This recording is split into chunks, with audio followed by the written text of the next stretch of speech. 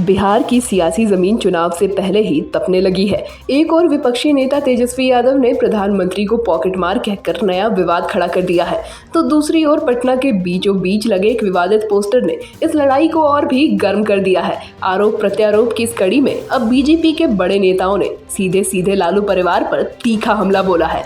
पटना के आयकर गोलंबर पर शुक्रवार सुबह एक ऐसा पोस्टर नजर आया जिसने सबका ध्यान खींच लिया। इसमें लिखा था, मेरा बाप चोर है, मुझे वोट दो। पोस्टर किसने लगाया यह साफ नहीं है, क्योंकि उसमें किसी का नाम नहीं लिखा था। मीडिया के कवरेज के बाद नगर निगम की टीम ने तुरंत कार्रवाई करते हुए इसे हटा भी दिया, लेकिन तब तक ये तस्वीर सोशल मीडिया पर वायरल हो चुकी थी और सियासत में हलचल मचा चुकी थी।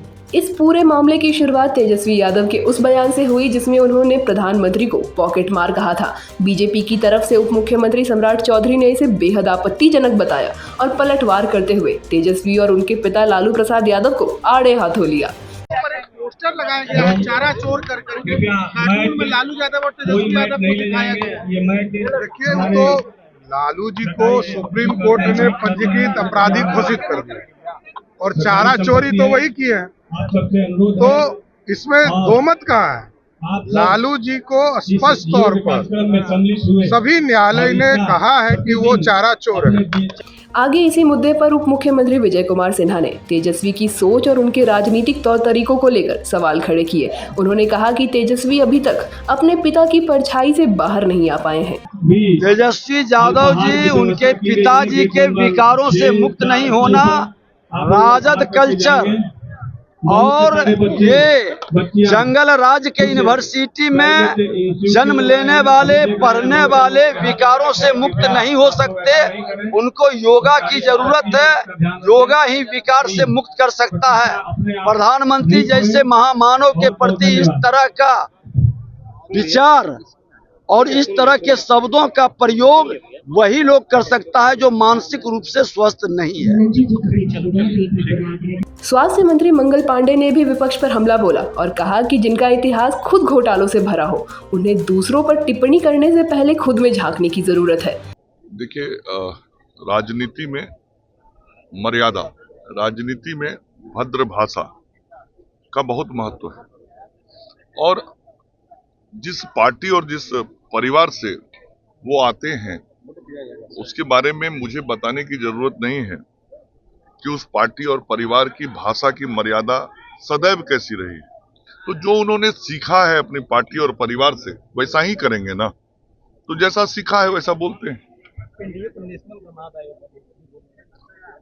उनको पूछना चाहिए सोनिया गांधी से, उनको पूछना चाहिए राहुल गांधी से, तब उसके बाद कोई टिप्पणी करना चाहिए कि उस परिवार के दामाद के बारे में उनकी क्या विचार है।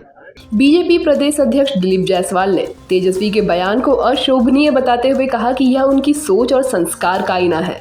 सारी बातें कह दी प्रधानमंत्री को लेकर, कई सारी बातें ऐसी कही गई, पॉकेट मार तक कहा गया। देखिए, तेजस्वी यादव जो है अपने गिरते हुए मानसिकता का परिचय दिया है। हमने एक बार कहा था कि मुझे भी समाज में बहुत सारा गाली देखने और सुनने को मिला है, लेकिन हम डिक्शनरी तक गाली का जानते हैं। मैंने ये भी कहा था, लेकिन हम अपना संस्कार नहीं भूल सकते। हम संस्कार विहीन हो जाएंगे तो राजनीतिज्ञ नहीं हो सकते। और जिस तरह से विपक्ष बदजुबानी और गंदे संस्कार का जाहिल होने का परिचय दे रहा है, इन जाहिलों को समाज के विकास और समाज के निर्माण में अपना समय देना चाहिए, ना कि बदजुबानी, गाल बजाना और गंदी भाषा का उपयोग करना।